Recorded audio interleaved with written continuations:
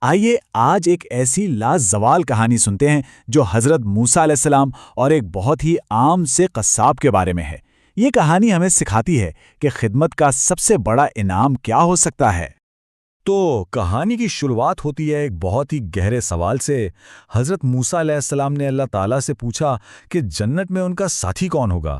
یہ وہ سوال تھا جس نے ایک غیر معمولی راز سے پردہ اٹھانا تھا۔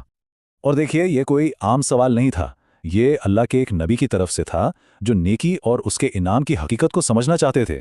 وہ یہ جاننا چاہتے تھے کہ آخر وہ کون سا عمل ہے جو کسی انسان کو اتنے اونچے مقام پر پہنچا سکتا ہے۔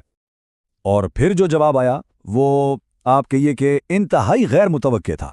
نہ کوئی نبی، نہ کوئی ولی، نہ ہی کوئی بہت بڑا عالم، بلکہ ایک قصاب۔ ظاہر ہے اس جواب نے حضرت موسیٰ علیہ السلام کو حیران بھی کیا اور متجسس بھی۔ تو انہوں نے فیصلہ کیا کہ وہ خود اس عام سے دکھنے والے شخص کو تلاش کریں گے تاکہ اس کے پیچھے کی حقیقت جان سکیں۔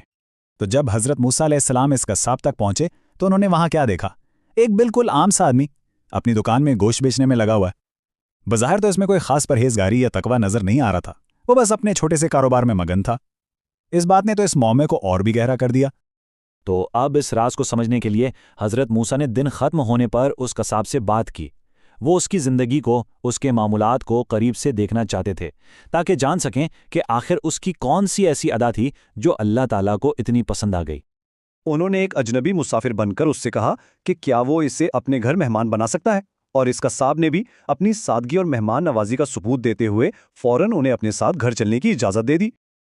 اور بس یہیں سے کہانی کا اصل اور سب سے زیادہ دل کو چھو لینے والا حصہ شروع ہوتا ہے۔ قصاب کے گھر میں ایک ایسا منظر تھا جس نے سب کچھ واضح کر دیا، جس نے اس غیر معمولی اعزاز کی وجہ بتا دی۔ گھر پہنچ کر قصاب نے سب سے پہلا کام کیا کیا؟ اس نے اپنی انتہائی ضعیف اور کمزور ماں کی خدمت کی۔ اس نے پہلے ان کا بستر اور کپڑے صاف کیے، پھر کھانا پکایا، نوالے شوربے میں نرم کر کے اپنے ہاتھوں سے ایک ایک لقمہ اپنی ماں کے منہ میں ڈالا۔ یعنی اپنی ہر ضرورت سے پہلے اس کی ماں کا آرام اور سکون سب سے اہم تھا۔ کھانا کھلانے کے بعد اس بوڑھی ماں نے اپنے بیٹے کے کان میں آہستہ سے کچھ کہا، اور یہ سن کر قصاب کے چہرے پر ایک بہت ہی پیاری سی مسکراہٹ آ گئی۔ حضرت موسیٰ یہ سارا منظر دیکھ رہے تھے اور ان کا تجسس اب اپنی انتہا کو پہنچ چکا تھا۔ اب وقت تھا اس راز سے پردہ اٹھانے کا۔ حضرت موسیٰ نے آخرکار اس قصاب سے پوچھ ہی لیا کہ یہ خاتون کون ہے اور انہوں نے آپ کے کان میں ایسا کیا کہا کہ آپ مسکرا دیے؟ اور یہ تھی وہ دعا۔ قصاب نے بتایا کہ یہ میری ماں ہیں اور یہ روزانہ میری خدمت سے خوش ہو کر مجھے یہ دعا دیتی ہیں کہ اللہ تمہیں جنت میں حضرت موسیٰ کا ساتھی بنائے۔ سوچئے، ایک ماں کی اپنے بیٹے کے لیے کیسی خالص اور بے لوث خواہش۔ لیکن قصاب مسکراتا کیوں تھا؟ اس نے بڑی عاجزی سے جواب دیا، میں اس دعا پر مسکرا دیتا ہوں کہ بھلا میں کہاں اور موسیٰ کلیم اللہ کہاں؟ مطلب وہ یہ سوچ بھی نہیں سکتا تھا کہ اتنی بڑی سعادت کبھی اس کے نصیب میں آ سکتی ہے۔ یہ تھی اس کی عاجزی۔ اور اب ہم کہانی کے نتیجے پر پہنچتے ہیں، وہ لمحہ جہاں یہ الہی معمہ حل ہوتا ہے اور ایک عظیم سبق ہم سب کے سامنے آتا ہے۔ یہ وہ لمحہ ہے جہاں ساری کھڑیاں آپس میں جڑ جاتی ہیں۔ اسی لمحے حضرت موسیٰ نے اپنی شناخت ظاہر کی اور فرمایا، میں ہی موسیٰ ہوں۔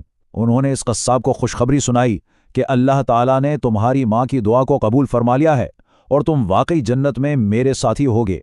تو یہ کہانی ہمیں کیا سکھاتی ہے؟ یہ سکھاتی ہے کہ ماں کی خدمت کا درجہ کس قدر بلند ہے۔ یہ بتاتی ہے کہ والدین کی سچے دل سے کی گئی خدمت ہی بڑے انعام کا راستہ ہے۔ ان کے دل سے نکلی دعاؤں میں بے پناہ طاقت ہوتی ہے، اور یہ کہ اصل عظمت بڑے بڑے کاموں میں نہیں بلکہ محبت کے ایسے ہی چھوٹے، عاجزانہ اور مستقل کاموں میں چھپی ہوتی ہے۔ اور آخر میں یہ کہانی ہمیں ایک بہت اہم سوال پر سوچنے کے لیے چھوڑ جاتی ہے کہ والدین کی دعائیں ہماری زندگیوں کو کس طرح اور کس حد تک بدل سکتی ہیں۔